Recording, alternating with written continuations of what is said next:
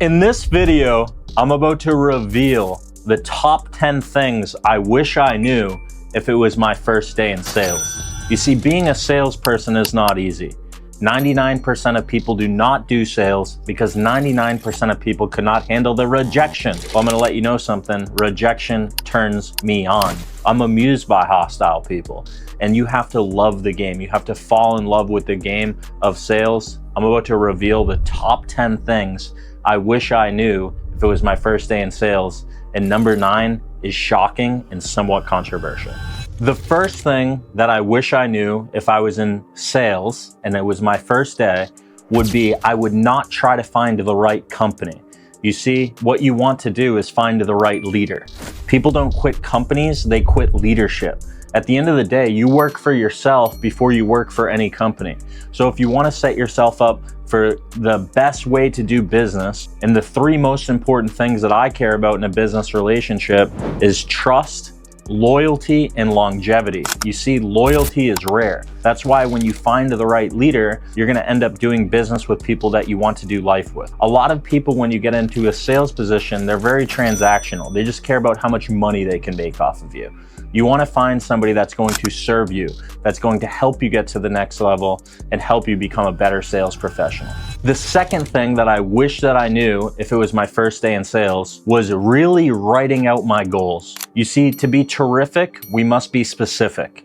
Here, let me break it down for you. The average human being spends more time planning out their 2-week vacation in every detail to Hawaii about what beach they're gonna go to, what dinner they're gonna get, what meal they're gonna eat, and they don't actually plan out their life's blueprint or their goals. You see, goals should be broken down 2 ways. Your short-term goals, which are under 90 days, and your long-term goals, which is your life's blueprint. You see, if you can ardently desire these things, you visualize what you want in your life, and you have the courage to verbalize it, you're much more likely to actually accomplish those goals. It's not goal setting that matters, it's the achievement. The third thing that I wish I knew was if you got a binder with pop-out handles, you know you're a gangster. I'm just playing. Visual aids. You see, I can tell them about how a product or a service makes sense for them, but if I can put something in their hand, the number 1 most important thing with presenting is getting a family physically involved. People learn by hearing, reading, writing, and saying. I must say something, they must hear it 6 times to gain 62% of that retention. So they're gonna actually take in that information a lot more if I say, hey, the way that you guys would be rewarded, and I put something in their hand, now they're looking at it as they hear me. But utilizing visual aids has been a game changer for me.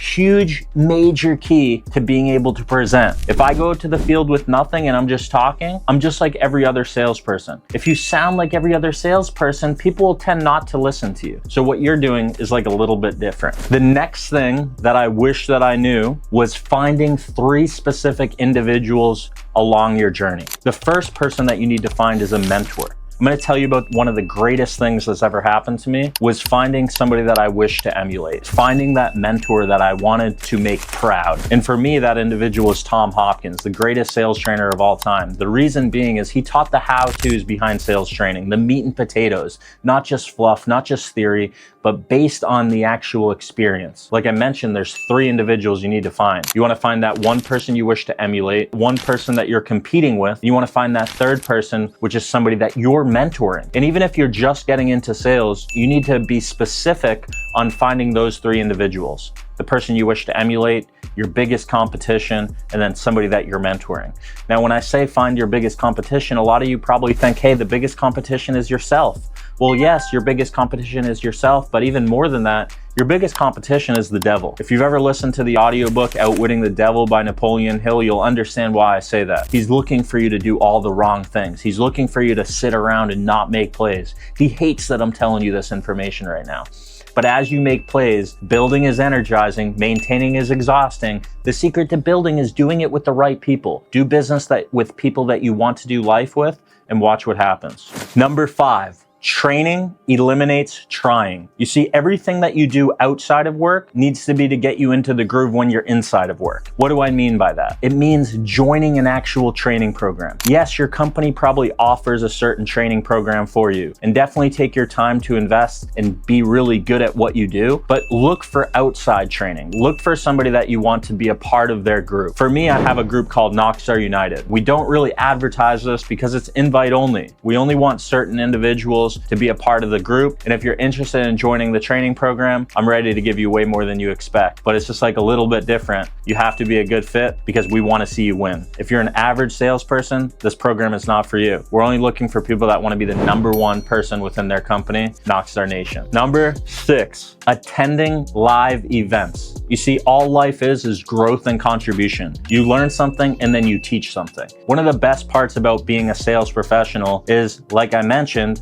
99% of people don't do it because 99% of people couldn't handle it. But for the 1% that can handle it, when you can network, when you can find individuals that are like you, your network is your net worth, but currency is relationships. And as you build relationships throughout this continuous journey toward the achievements of predetermined worthwhile goals, that's what makes it so fun. You're surrounding yourself with like individuals that are like you, that are ready to take their game to the next level. So make sure that you attend live events. Numero 7, you have to shadow the top rep in your office. So if it was my first day in sales, I would find out who the top sales rep was and I'd say, hey man, can I buy you lunch? Pick his brain, ask for their help. You see, people want to help other people as long as they like you, as long as you can find commonality with them. The same way that we persuade and communicate with the families that you serve, you need to communicate and persuade the top sales professionals within that office.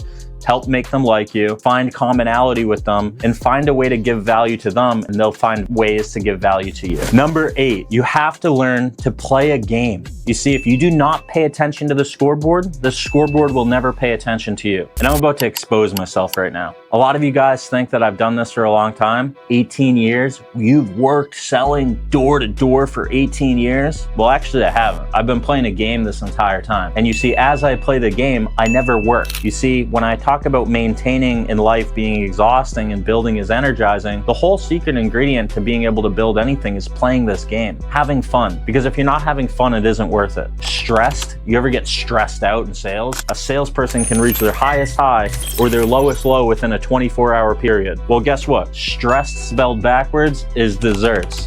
He who angers you controls you. Figure out a way to have fun. And when you're not having fun, say, hey, this isn't worth it. I need to figure out a way to have fun. Pay attention to the scoreboard pays attention to you. Number 9, and this one is somewhat controversial, but do not knock every single door. Do not call every single person. Those that miss their calling in sales are those that make the fewest calls. But I don't knock doors, or I don't just pick up the phone to call people. What I'm doing is I'm hunting. What do I mean by that? I'm a playmaker. I need to make the plays. I don't want to just focus on effort and input the entire time.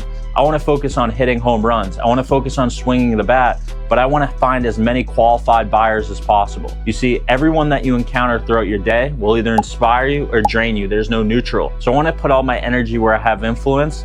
I don't want to knock every door. I want to be a hunter and I want to make plays. And the last thing that I wish that I knew if it was my first day in sales is to go all in. To commit now and figure it out later, because risk is the down payment for success. Sales professionals are the highest paid profession in the entire world. You could add up all the doctors, the dentists, the lawyers, and the athletes, and the sales professionals out-earn all of them combined. You see, salespeople are the people that make the world go round, but we should have never been called salespeople. We should have been called servants. We're in the business of serving. We're in the business of elevating. We're in the business of becoming the best version of ourselves. What does the best version of yourself look like? You see, the harder we work on ourselves, the better we are at our profession. And that's one of the best parts about being a sales professional, is we're on the continuous journey to improve ourselves, become the best versions of ourselves, to be able to learn, to be able to teach, to be able to help other people, to give other people more than they expect. But don't forget, give yourself more than you expect. Treat yourself, live your life, have fun. And those are the top 10 things that I wish that I knew if it was my first day in sales.